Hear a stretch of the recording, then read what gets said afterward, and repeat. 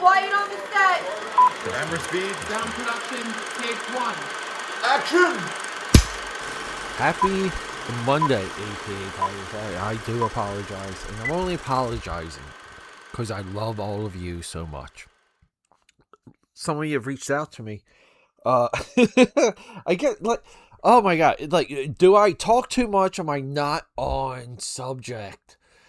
I've been teasing a health update and show update episode for a little bit too long now. We had a little bit of a pause the last couple of days, pause on the weekend. This is after having probably like 2 solid weeks of just ramping up more episodes for all of you. Just, I call it hitting the marks of the AKAPAD Film Buff drip. But some of you reached out to me just looking for health updates. It seems like you guys thought something happened. I put myself on a little bit of a break, a little bit of a timeout. And that's mostly because I had this Atlantic City trip coming up. Haven't been to Atlantic City in quite some time. Little bit spontaneous, but there's so many other things I have to do. And here's the crazy thing, AK Powders. A lot of times when I gear up to travel, I record, somewhat of a nice battery of shelf content. These are either shows and discussions. There's so many opinion episodes I have yet to release. But that's a little bit of the flow. And often I run out of time to publish. So I delay. And then that's usually where some of these gaps come from. But all of you, 3 of you that reached out to me, guys, I do love you. Thanks for checking in. Thanks for caring. One of you literally hit me up while I was on the beach, zoning out. But I enjoyed that conversation very much. And yes, I will do Rollerball. Both Rollerball movies, the Norman Jewison one and the remake by John McTiernan. Little bit of a request there. But yeah, so I come back and I watched this movie. And I watched this movie on the heels of Tom Holland's second giant movie this year, right? Like he's one of the guys in Odyssey. Odyssey is really a Matt Damon movie. Tom Holland plays Odysseus' son who inherits not Greece, but he inherits the throne at the end of that movie. And then we have literally the throne of Tom Holland with Spider-Man. This movie is going to be $1 billion movie. And yet again, a Spider-Man movie has the air of saving theaters, as the last one did. No Way Home or No Way Out. The subtitles for these Spider-Man movies are... I need a list in front of me just to get them right. But the one with the 3 Spider-Man, the multiverse one with Doctor Strange, this is somewhat like, right, follow-up, direct sequel to all of that. This movie tracked to be bonkers. It gets released, it's bonkers. It's literally a head-spinning success at this point, with or without inflation. These numbers, always impressive. So I got into Uncharted, mostly because, look, I'm a big Mark Wahlberg guy. I love Mark Wahlberg. And this movie came out in 2022. So we can call it. It's a COVID movie. It's a movie that got derailed by COVID. And I think you guys know where this quick discussion is going. You're not supposed to like this movie. You're not supposed to enjoy this movie. This movie is supposed to be the worst of any type of filmmaking any creative professional can embark on. This movie is supposed to be so bad, you're rightfully to punch Mark Wahlberg or Tom Holland or whoever else is involved, even the key grip, even the caterer. You can punch any of these people in the face because they didn't know. How did they not know that this movie was going to turn out the way it did? So I sit down and I watch this thing, and I love the beginning. We're high up in the air. We're somewhat at the tail end of a adventure. Very cool.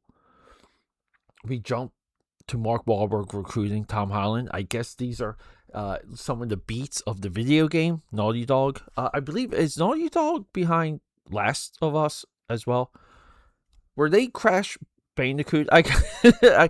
I'm forgetting some of my Naughty Dog video game lore. But right, so the elder recruits the young dude, which is Mark Wahlberg recruiting Tom Holland. Now, during the production of this movie, Mark Wahlberg held production of this movie for so long. His original role for this movie was Tom Holland's role, and he aged himself out of his own production. So we get this, I'm taking you under my wing, I need you for something.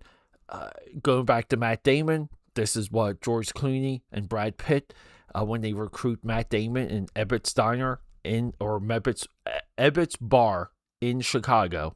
Yes, my film knowledge runs that deep. Be impressed. But when they recruit Matt Damon, right, like we get that scene. And then something hit me. And it hit me pretty hard. This movie's rolling. I'm enjoying it. And I said this same thing to myself when I watched Tomb Raider 1 and 2, right? Cradle of Life, Tomb Raider, Angelina Jolie. I have yet to see the newest one. And is there a Tomb Raider anime on Netflix? Whatever. But the Angelina Jolie movies. And I said this during National Treasure 1 and 2, Book of Secrets, Nicolas Cage. And I said this when I watched Indiana Jones, Dial of Destiny, that I somewhat refused to discuss. Indiana Jones, the one before that, with the alien thing. We have better Indiana Jones inspired movies than we do Indiana Jones films. Now, we kind of forget that one time, the Indiana Jones trilogy, Raiders of the Lost Ark, Temple of Doom, Last Crusade, that, in my view, still near perfect trilogy. It really is. If we roll in Last Crusade as truly a Last Crusade, and they ride into the sunset, father and son, and I forget the other guy. There's like 3 of them. Perfect ending. But Hollywood and everything surrounding it seems to have figured out the formula of what makes Indiana Jones so effing fun. Noah Wiley is Apple Plus had an Indiana Jones inspired movie not long ago. I think it's called Fountain of Youth. I guess we got to talk about that soon. Right? So I'm watching this movie that I'm not supposed to like. My buddy Mark on his podcast was just trashing, I don't know, like some range. There is a true disconnect when a commentator, reviewer, discussioner speaks of a performance where they themselves are not a performer. And there is a reason why we don't get a lot of true critical, like we can grab it, we can toil with it, we can do something, like a clear takeaway of anything that's perceived to be a negative performance. You can go through even what other actors say about it, even though, say, other actors don't discuss what other what other actors don't do well. There is a code of conduct when it comes to performance. Now, they'll go on and on when something's great.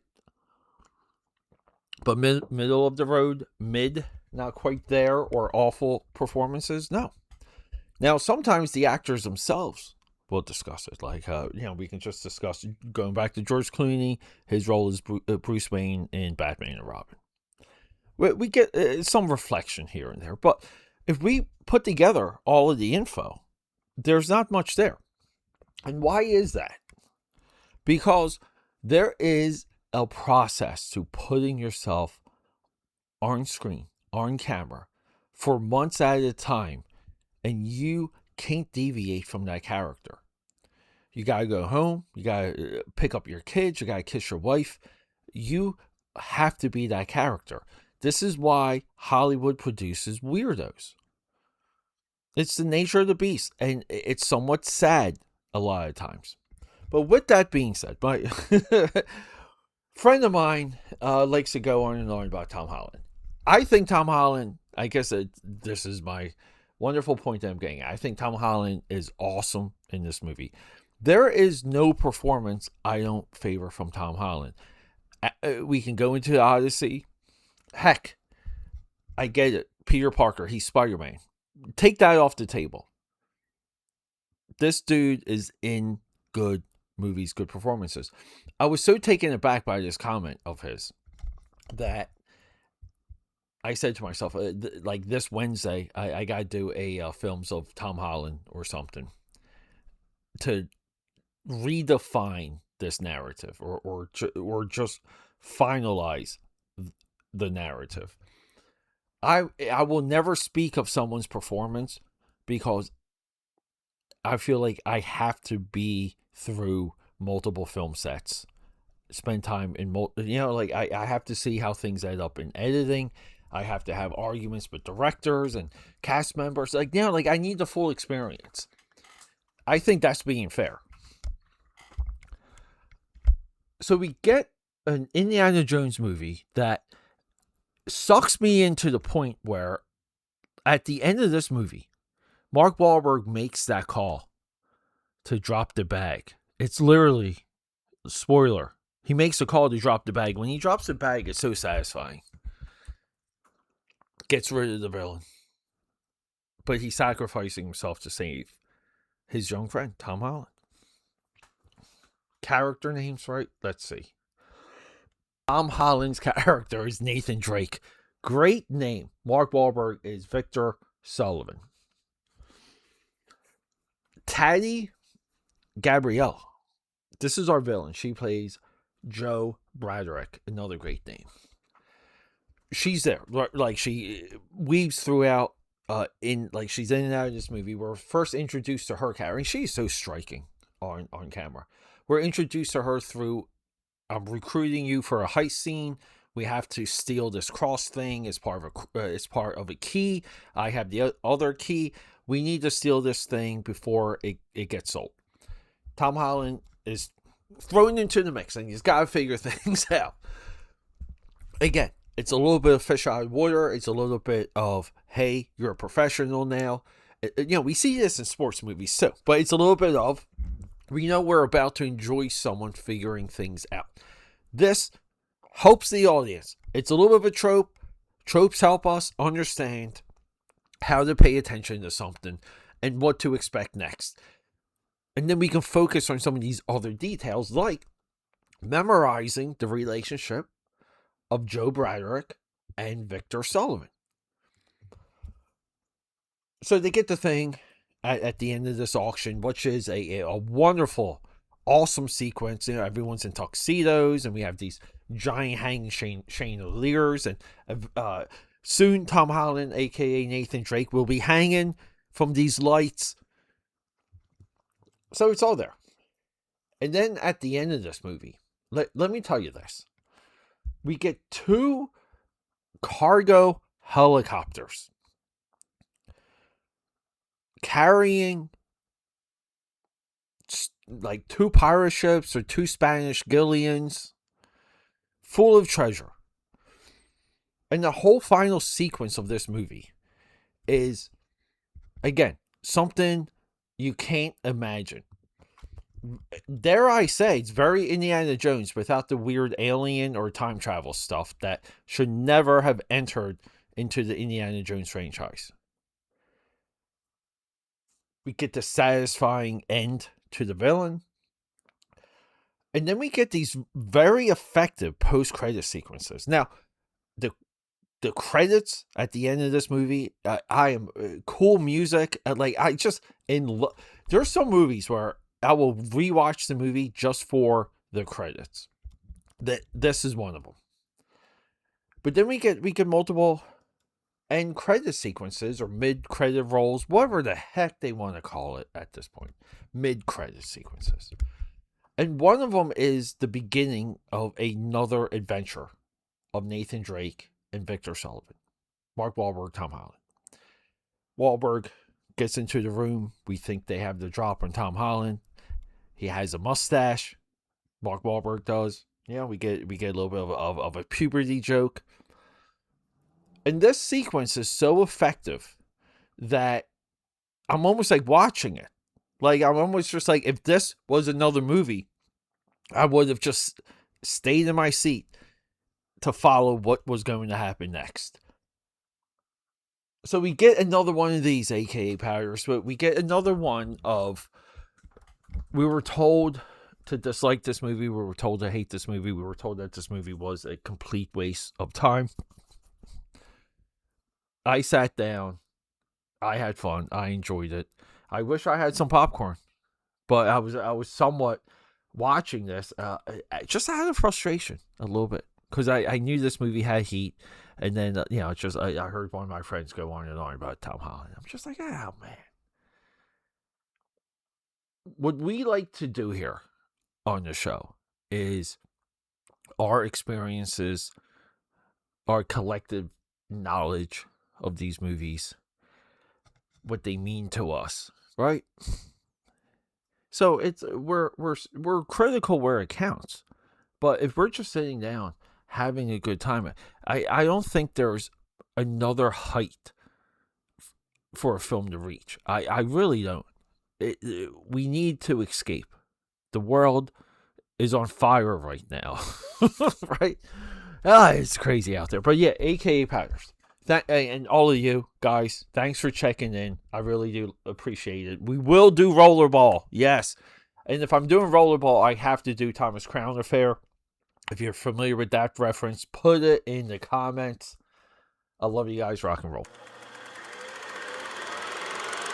Okay, that's a wrap.